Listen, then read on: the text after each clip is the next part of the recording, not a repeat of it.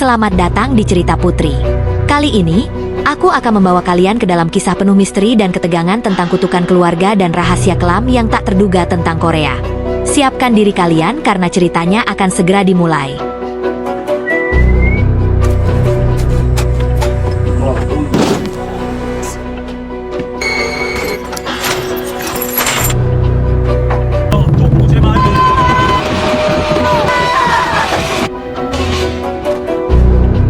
Film ini dimulai dengan kisah keluarga kaya asal Korea yang tinggal di Los Angeles. Mereka menghadapi masalah misterius ketika bayi mereka tiba-tiba jatuh sakit tanpa alasan yang jelas. Berbagai pengobatan modern gagal menyembuhkannya, membuat sang ayah, Park Ji-young, putus asa. Dalam usahanya menyelamatkan sang bayi, Ji-young memanggil dua dukun terkenal dari Korea Selatan, Hwarim dan muridnya Bong-gil, untuk mengungkap sumber masalah. Hwarim menyimpulkan bahwa keluarga ini diteror oleh roh leluhur mereka melalui fenomena panggilan dari kubur, yang menghantui anak sulung keluarga Park selama beberapa generasi. Kini, roh tersebut mengincar bayi Ji-young. Untuk menghentikan kutukan ini, Hwari menyarankan memindahkan makam leluhur keluarga Park yang dianggap sebagai sumber malapetaka. Untuk itu, Ji-young harus kembali ke Korea, tempat makam leluhur keluarganya berada. Dalam pekerjaannya, Hwari meminta bantuan seorang ahli Feng Shui bernama Kim Sang-deok dan pengurus jenazah bernama Yong-geun untuk memindahkan makam tersebut. Namun, Ji-young menolak memberikan informasi lengkap tentang leluhurnya. Ia hanya meminta agar makam kakeknya segera digali dan dikremasi bersama petinya. Ia juga melarang siapapun membuka peti tersebut. Setelah itu mereka pergi ke makam yang terletak di tengah hutan di atas bukit, di perbatasan Korea Selatan dan Utara.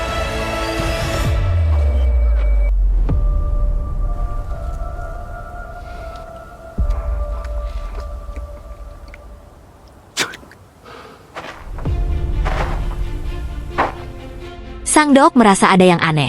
Nisan makam polos hanya berisi ukiran koordinat, bukan nama atau doa seperti biasanya.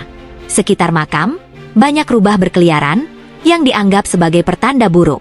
Ketika ditanya siapa yang memilih lokasi makam, Ji-young menjawab bahwa seorang biksu terkenal bernama Gisune yang menentukannya. Hal ini membuat Sang-deok semakin curiga. 일꾼들 5명과 대물 5, 그 5명이 묘를 파괴하는 겁니다. 남선 모두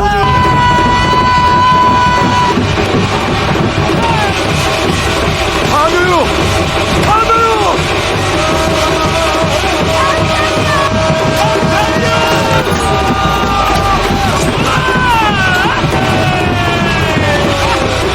Meskipun ragu, mereka tetap melanjutkan rencana penggalian setelah Hwari mengadakan ritual untuk menghindari kutukan.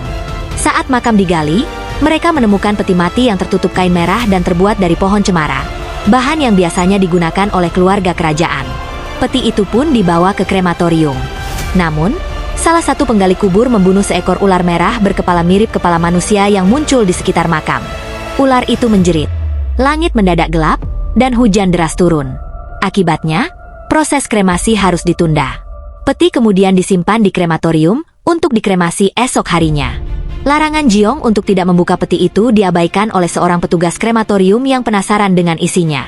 Saat peti dibuka, makhluk misterius melesat keluar, menabrak Hwarim hingga pingsan. Roh leluhur Ji-young sangat marah karena makamnya berada di tanah makam yang sangat buruk dan diabaikan.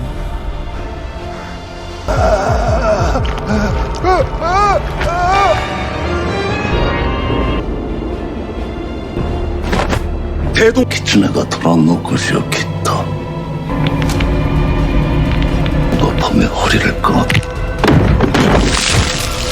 Ia membunuh orang tua Ji-young, merasuki Ji-young, dan akhirnya membunuhnya. Korban selanjutnya adalah bayi Ji-young. Untuk menghentikannya, jasad leluhur Ji-young harus segera dikremasi setelah mendapat izin dari bibi Ji-young.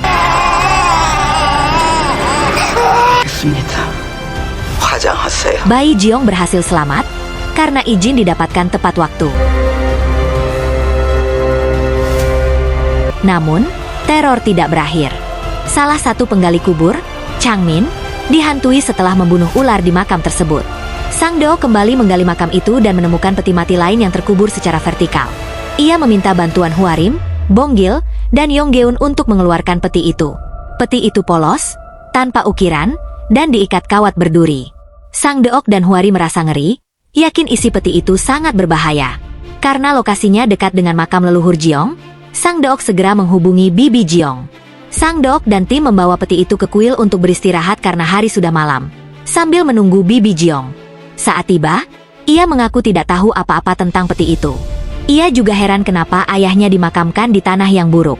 Sang Deok menduga mungkin karena ayah Bibi Jiong dulu terkenal sebagai pejabat yang mengkhianati Korea. Akhirnya, Biksu Gisune menghukum ayahnya dengan memilih tempat tersebut. Bibi Jiong mengakui ayahnya jahat dan menjelaskan bahwa Biksu Gisune sebenarnya orang Jepang bernama Murayama Junji yang sangat memahami Korea.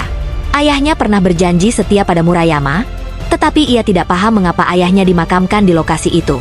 Ia juga memberitahu bahwa Bai Jiong sudah sehat dan berjanji akan membayar Sang Deok dan timnya. Mengenai makam itu, ia meminta mereka menyingkirkannya. Setelah itu, ia pergi. Tengah malam, makhluk jahat dari dalam peti keluar, membunuh biksu dan hewan ternaknya dengan merobek perut mereka. Bonggil yang terbangun, melihat kejadian itu dan membangunkan yang lain. Huari menemukan helm perang milik makhluk itu.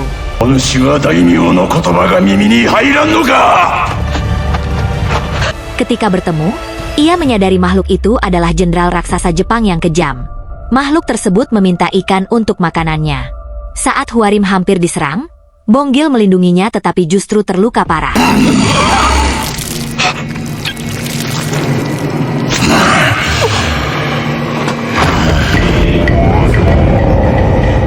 Setelah menyerang Bonggil, makhluk itu berubah menjadi api dan terbang. Pada saat yang sama, Huarim dan yang lainnya seperti terhipnotis, melihat kilas balik sejarah makhluk itu dan teror yang pernah terjadi. Bonggil yang terluka dibawa ke rumah sakit. Sang Deok dan Yonggeum juga dirawat karena sempat pingsan. Huarim mulai curiga ada sesuatu yang aneh pada Bonggil. Bersama teman-temannya, ia mencari tahu dan menemukan bahwa Bonggil dirasuki oleh pelayan jenderal Jepang itu. Sang Deok memberitahu temuannya pada Huarim dan Yonggeum.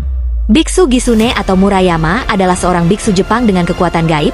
Ia menyarankan agar leluhur keluarga Park dimakamkan di lokasi itu untuk menyembunyikan makam seorang jenderal raksasa Jepang yang dikubur secara vertikal di bawahnya. Makam jenderal tersebut berfungsi sebagai pelindung pasak besi yang telah ditanam penjajah Jepang untuk menciptakan kutukan yang memecah belah Korea Selatan dan Korea Utara. Sebelum Jiong meninggal, ia mengatakan, rubah melukai pinggang harimau. Yang artinya adalah dalam budaya Korea, bentuk semenanjung Korea sering disamakan dengan harimau. Lokasi, pasak besi, berada di area yang dianggap sebagai pinggang harimau tersebut. Nama, Gisune, berasal dari kata Jepang, kitsune, yang berarti rubah, mencerminkan kemampuannya dalam ilmu gaib dan perannya sebagai siluman rubah. Dengan demikian, tindakan Gisune diibaratkan sebagai rubah yang melukai pinggang harimau, yang mengacu pada upayanya untuk melemahkan Korea melalui penempatan pasak besi tersebut. Dengan menyarankan lokasi makam tersebut, Gisune berhasil menyembunyikan pasak besi Jepang dan memastikan bahwa kutukan terhadap Korea tetap tersembunyi, sehingga rencananya untuk melemahkan negara tersebut dapat berjalan tanpa terdeteksi. Sang Deok meminta bantuan untuk menghancurkan pasak besi itu demi masa depan Korea. Meskipun dijaga siluman, mereka memutuskan untuk melawan. Huari mengalihkan perhatian siluman dengan ikan dan suara yang ia samarkan sebagai dewa penjaga pohon besar di hutan. Sementara itu, Sang Deok dan Yonggum sibuk menggali petak makam. Meski sudah dalam mereka menggali, mereka tak menemukan apapun. Saat Huarim akhirnya ketahuan, siluman itu langsung bersiap menyerangnya.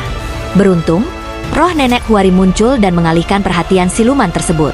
Huarim segera berlari ke arah petak makam dan bertemu Yonggum, yang mengatakan bahwa mereka tidak menemukan apapun. Tiba-tiba, bola api melayang di udara menuju petak makam. Sang Deok, yang masih berada di dalam makam, hanya bisa terpaku saat bola api itu jatuh dan berubah menjadi siluman yang langsung menyerangnya untuk mengambil hatinya.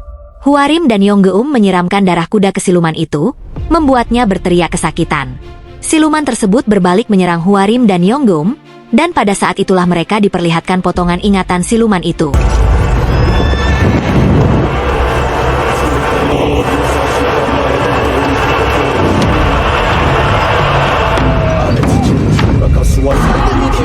Ternyata, pasak besi yang mereka cari tertanam di dalam tubuh siluman tersebut. Dengan sisa tenaganya, Sang Deok menemukan cara untuk membunuh siluman itu. Ia menyerang siluman dengan tongkat kayu yang telah ia lumuri darahnya sendiri. 물에 젖은 나무다.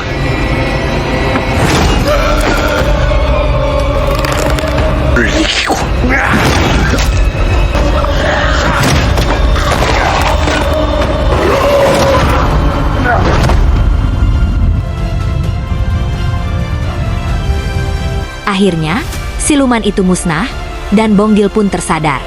Sang Deok yang terluka parah segera dilarikan ke rumah sakit dan berhasil diselamatkan. Keempatnya semakin dekat seperti keluarga. Setelah semuanya pulih, mereka kembali ke rutinitas masing-masing. Meski begitu, Huari masih sering terbayang sosok siluman mengerikan itu. Sang Deok akhirnya dapat menghadiri pernikahan putrinya. Film ditutup dengan foto keluarga yang penuh kebahagiaan. Terima kasih telah menonton cerita Putri. Jangan lupa untuk like, subscribe, dan nyalakan lonceng notifikasi agar tidak ketinggalan cerita seru berikutnya. Sampai jumpa di video berikutnya.